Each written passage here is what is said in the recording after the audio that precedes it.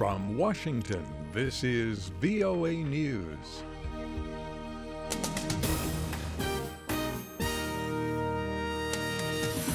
I'm Dave DeForest reporting. A U.S. federal appeals court is due to hear oral arguments Tuesday in the legal battle over President Donald Trump's executive order suspending the country's refugee admissions program and banning entry to people from 7 nations.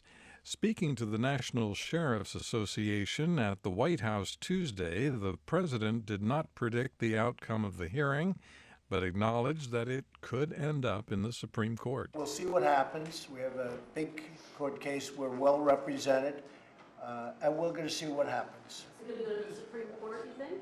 Good, and we'll see. Hopefully it doesn't have to.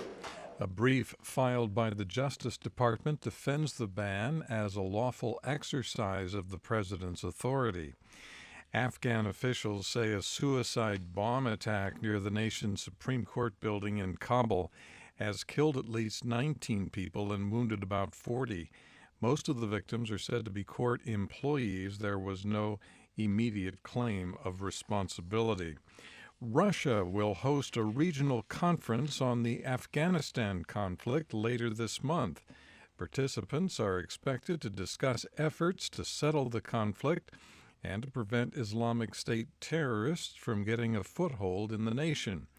Russia's Foreign Minister Sergei Lavrov said Tuesday Afghanistan has been formally invited to the mid-February talks and that senior officials from China, Iran, India, and Pakistan also will be in attendance.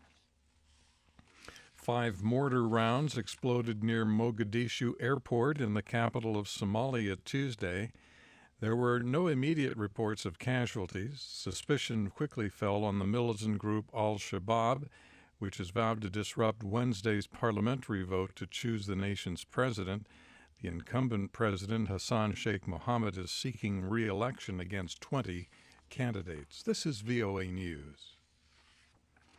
The UN Refugee Agency warns conditions in camps for Burundian refugees in countries of asylum are deteriorating and more land is urgently needed to accommodate the growing number of new refugee arrivals.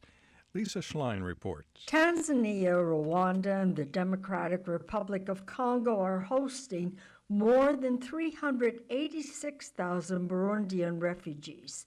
The UN Refugee Agency expects that number to exceed 500,000 this year as refugees continue to flee political instability and abuse in Burundi. Peace talks between the government and opposition are stalled, though Burundi has largely fallen off the media radar.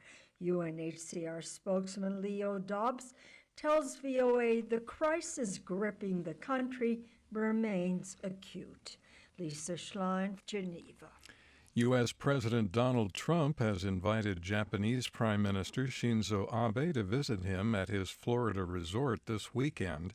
A White House spokesman said the invitation shows the importance of U.S. relations with Japan.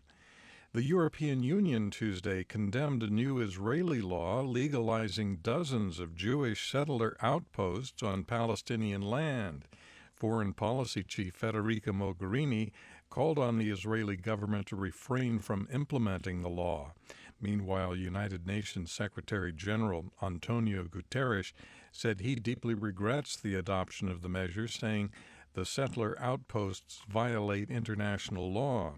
The Palestinian Authority is calling for the international community to punish Israel. With François Fillon declaring he will continue campaigning to become president of France, despite reports of shady payments to his wife, another French candidate moved into the scandal spotlight on Tuesday. Centrist candidate Emmanuel Macron was forced to deny rumors that he has engaged in a homosexual relationship outside of his marriage.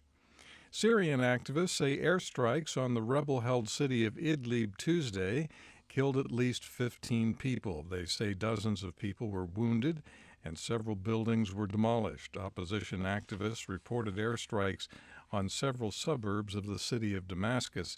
They did not say who carried out the attacks. Britain's Conservative government says Parliament will get to vote on a European Union exit agreement before it is finalized by the bloc. Brexit Minister David Jones said the vote will cover the withdrawal arrangement and Britain's future relationship with the EU. Meanwhile, the Scottish Parliament voted Tuesday to reject Brexit. However, that vote is not binding. U.S. Vice President Mike Pence cast the tie-breaking vote in the Senate Tuesday to confirm President Trump's Education Secretary nominee, Betsy DeVos. It was the first time in American history that a vice president has been needed to get a cabinet pick approved. This is VOA News. That's the latest world news from VOA.